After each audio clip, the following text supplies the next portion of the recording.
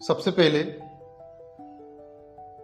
Kabir IAS एक new initiative के तौर पर जो शुरू किया गया उसमें आप सभी का स्वागत है। और कबीर आईएएस का हमारा जो मोटो है, जो ध्येय वाक्य है, वो यही है कि हमसे जुड़कर देखिए, फर्क नजर आएगा। प्रतियोगिता परीक्षा में सफलता कब मिलती है, ये बहुत सारी बातों पर निर्भर करता है। कई बार बच्चों को ऐसा लगता है कि हम पीएससी की तैयारी कर रहे हैं, यूपीएससी की तैयारी कर रहे हैं, ये इवन में यहां पर नीट और जेईई की भी जो बच्चे तैयारी कर रहे हैं, उनसे भी कहना चाहूंगा कि अगर आप तैयारी शुरू कर रहे हैं या तैयारी कर रहे हैं तो ये ना समझिए कि कुछ दिनों में, कुछ महीनों में ही आपको 100% सफलता मिल जाएगी। अब सफलता किस बात पर डिपेंड करती है, इन बातों पर हम यहां पर बड़े गौर से चर्चा करेंगे। देखिए, मैं अक्सर आप लोगों से कहता हूं कि मानकर चलिए कि कोई 10 मंजिल बिल्डिंग है या 20 मंजिला बिल्डिंग है, वो बिल्डिंग सुरक्षित कैसे है या वो बिल्डिंग टिकी हुई कैसे है, हम सभी के सामने उत्तर एक ही आता है कि सर उसका फाउंडेशन, उसका बेस मजबूत है, इसलिए बिल्डिंग टिकी हुई है, स्वाभाविक है। कहने का तात्पर्य यह है कि बेस जब तक मजबूत नहीं होगा तब तक आपकी बिल्डिंग मजबूती से टिकी नहीं सकती, तब तक आप सफलता के शीर्ष पर पहुंच ही नहीं सकते। कॉम्पिटिटिव एग्जाम्स की तैयारी करने वाले लगभग मानकर चलिए 100 अगर बच्चे तैयारी कर रहे हैं तो उसमें 90 बच्चे ऐसे होते हैं, 90% स्टूडेंट्स ऐसे होते हैं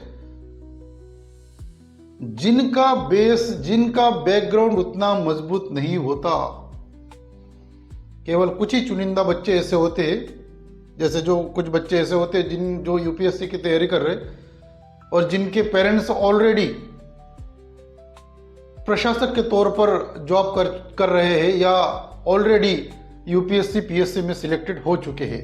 हालांकि इसमें भी कोई गारंटी नहीं कि उनके बच्चे जब तैयारी करेंगे तो बहुत जल्दी उनको सफलता मिलेगी, लेकिन हाँ, इतना जरूर हम कह सकते हैं कि उनका बैकग्राउंड चूंकि इतना मजबूत है, इनका इतना स्ट्रांग है कि उनको बहुत सारी चीजें विरासत में मिल चुकी होती है।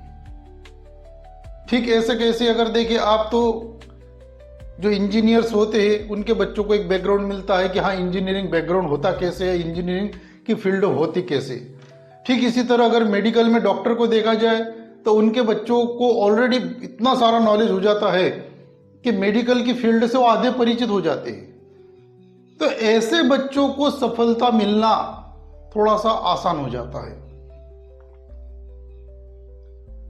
लेकिन अगर मानकर चलिए कि आप अगर नीट की तैयारी कर रहे हैं, जेईई की तैयारी कर रहे हैं, यूपीएससी की कर रहे हैं, पीएससी की कर रहे हैं और आपके परिवार में अभी तक कोई भी इस फील्ड में नहीं गया है, तो आप कदापि ऐसा न सोचे कि आपको सफलता नहीं मिल सकती। हाँ, इतना जरूर हो सकता है कि थोड़ा समय लग सकता है।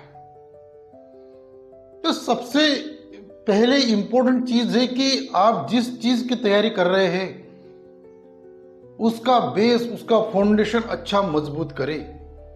मैं स्पेशली कॉम्पिटिटिव एग्जाम्स के तौर पर अगर चर्चा करें तो यूपीएससी, पीएससी, एसएससी ऐसे एग्जाम्स है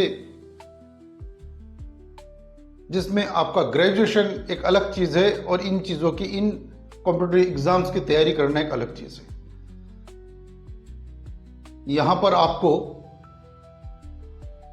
जीएस को बहुत बेहतरीन, शानदार बनाना पड़ेगा। अब स्वाभाविक है, आप लोग जानते हैं, अगर जनरल स्टडी को अगर हम मजबूत बनाना चाहे, जनरल स्टडी पर अगर बेहतरीन, शानदार कमांड हासिल करना चाहते हैं तो क्या ये रातों रात संभव है?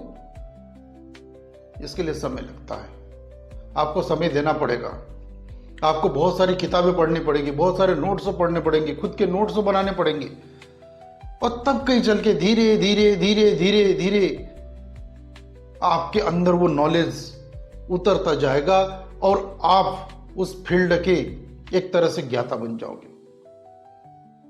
यूपीएससी पीएससी की चर्चा करें तो अमूमन मैं अक्सर बच्चों से कहता हूं कि लगभग अगर आप बेहतरीन, शानदार और बहुत सीरियस अगर तैयारी कर रहे हैं तो भी 1 साल का समय तो आप मान कर चलिए, क्योंकि उसका जिस तरह से सिलेबस है, कम से कम 1 साल मानकर चलिए कि आपको उस सिलेबस पर कमांड हासिल करने के लिए, पकड़ हासिल करने के लिए 1 साल का समय लगता है।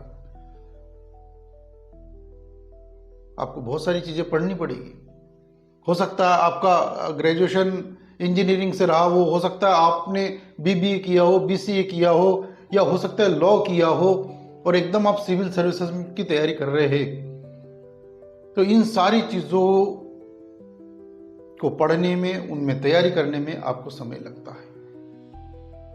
तो कॉम्पिटिटिव एग्जाम्स में सफलता कब मिलती है? सफलता तब मिलती है जब आपका बेस मजबूत हो जाता है